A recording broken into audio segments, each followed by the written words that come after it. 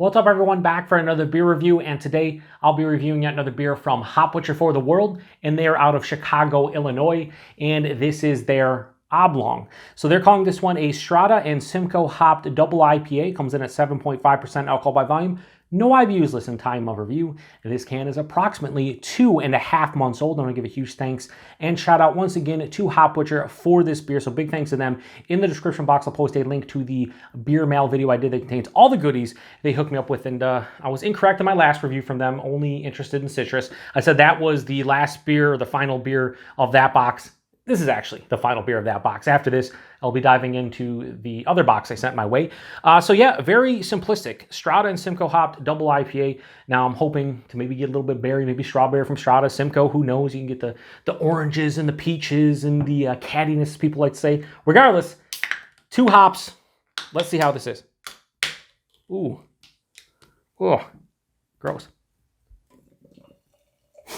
When I say gross, shit went everywhere.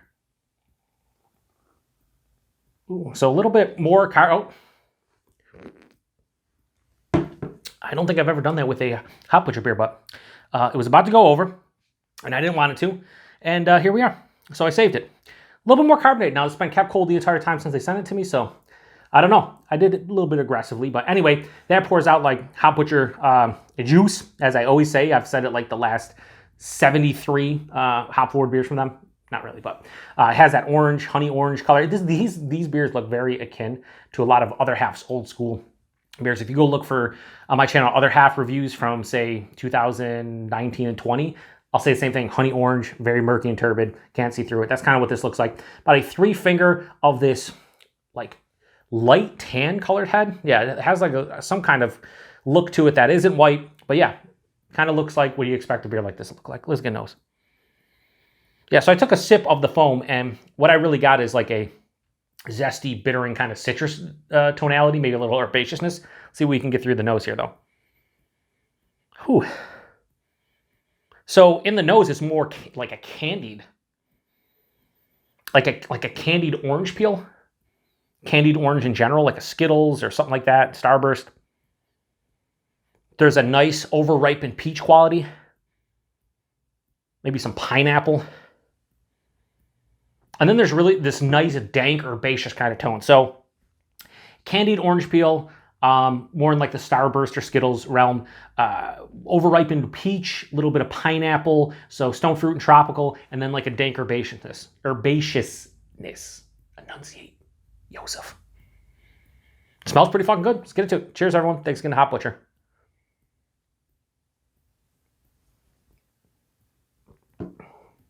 Mm-hmm. Ooh, man, this is very spicy and herbaceous from the hop quality. Like on the back of the palate, it's like a spicy herbaceousness, dank.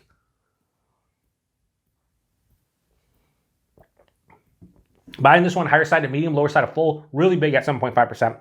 Almost has a thickness to it. The mouthfeel, super smooth, super soft. My mouthfeel are really good, despite all the carbonation. I guess I poured it aggressively, and I'll have to look back. I mean, it was a little bit of an aggressive pour, but I didn't think it was going to sneak up on me like that. But despite that, the body mouthfeel is really soft and smooth, somewhat creamy, and then the body a little bit thicker. The taste, candied orange peel. It's not like a Starburst or a Skittle like it was in the nose. It kind of leans towards that way, but not as much. Right after that, I'm getting more of like a straight ripened to maybe under-ripened peach. There's a little bit of a sweet pineapple. That's the first half of the palate. Second half of the palate, though, it's dank, it's spicy, it's herbaceous, and this has a straight-on medium to higher side of medium bitterness on the back of the palate. There's, as we're talking right now, there's a lingering bitterness on the back of my palate, which is this kind of like one of those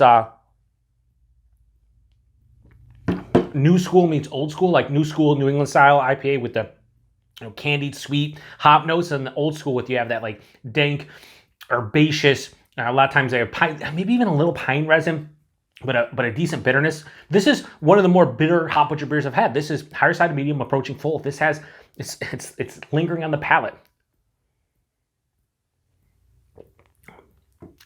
Slightly dry, but more bitter than anything. I'll say this.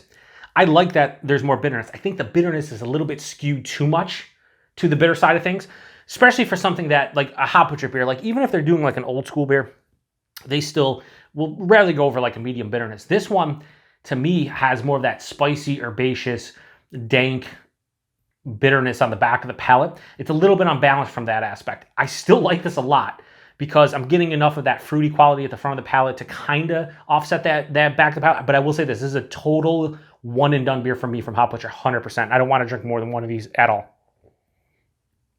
I think it will kind of saturate my palate too much with that firm bitterness. But that said, I do enjoy this one. 7.5%. Can't really tell other than it is because it's Hop Butcher. Like, you're drinking this, this is a double IPA, or if not, approaching a double IPA. No straight down palate, none of that going on. It's good. It's good, but not great. So what am I going to give this one? Oh, look at all the goodies at the bottom here. Hang on. Let's, wow, that looked like mucus pouring into my glass there.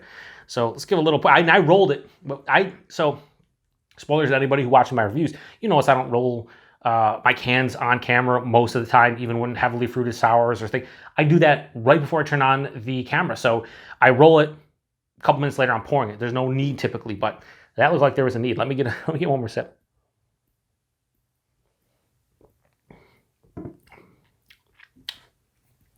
Pouring the rest of the ounce or two at the bottom. Now it's less of that dank, spicy, herbaceous kind of bitterness and more of like a hop burn. 2.5 months old, a little bit of hop burn. Anyway, I enjoyed this one, but again, things a little unbalanced for me personally. Wish there's a little bit more of like a sweeter kind of influence to offset it, because I do think this leans a little bit too bitter and too much of that dank, spicy herbaceousness. I like that, but I like that when it's balanced out. So I think it leans a little bit too much to that side of things for me to really go crazy about it, but I still dig it. So Oblong from Hop Butcher. We'll read the tasting notes in a second. I always have to remember because I forget sometimes. Straight 4 out of 5. This is the best I can do on it. It's damn good. It's just, put it this way, if you like really old school bitter beers and you're okay with getting that in a kind of like a new school hazy, and I like that a lot. Like, I like when they're mixed, like the old school hazy IPA, or sorry, new school hazy IPAs with the old school like West Coast IPAs, when they're like kind of mixed together and it's like the best of both worlds. I typically like that, but I think this skews a little bit more to the old school side of things. At least the can I'm drinking, again, 2.5 months old. My fault, wasn't there to send it to me fresh. Anyway, tasting notes. Candied citrus. Yes, I said candied sweet orange peel, right? Yeah, candied citrus. I would go specifically orange, but yes. Pleasant dank. Dank, yes. Pleasant, not as much. Again, little bit of just an astringent kind of bittering, almost green type of thing. So I wouldn't say pleasant dank. I'd say dank for shit. For shit? I'd say blank. I'd say dank for shit. That's what I'd say. I'd say dank for shit.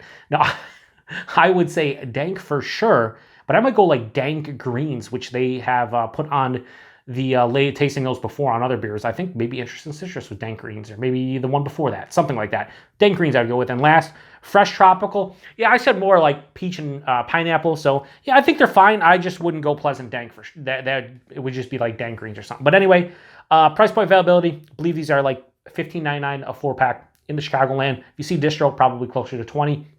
Fine, it's fine. The availability, Hop Butcher, all over the place. I've had some of my UK friends and beer tubers saying like, oh yeah, we can get their stuff off of this website or this place or whatever. The fact that Hop Butcher gets decent distro now and you can find them means that if you really want to try them, you can without any extreme means. A couple years ago, you'd have to trade for them and whatnot, and you might still have to nowadays. But again, their stuff isn't super hard to track down, as far as I know, in the Chicago area. So yeah, another good beer from Hop Butcher. Again, a little bit too green / herbaceous dank for my liking, but a 4 out of 5 still a really good score. I'll drink the rest of that, but I'll be honest with you, I think maybe the last couple ounces will be tough, especially after I poured in the goodies and it gave a little more like concentrated like hop matter, but we'll see. Anyway, thanks to Hop Butcher for hooking me up with this one. If you've had this one before, post in the comment section, let me know what you think about it. Am I wrong? Am I right? We're all right. We're all wrong. That's how it goes. Anyway, till the next one. Cheers.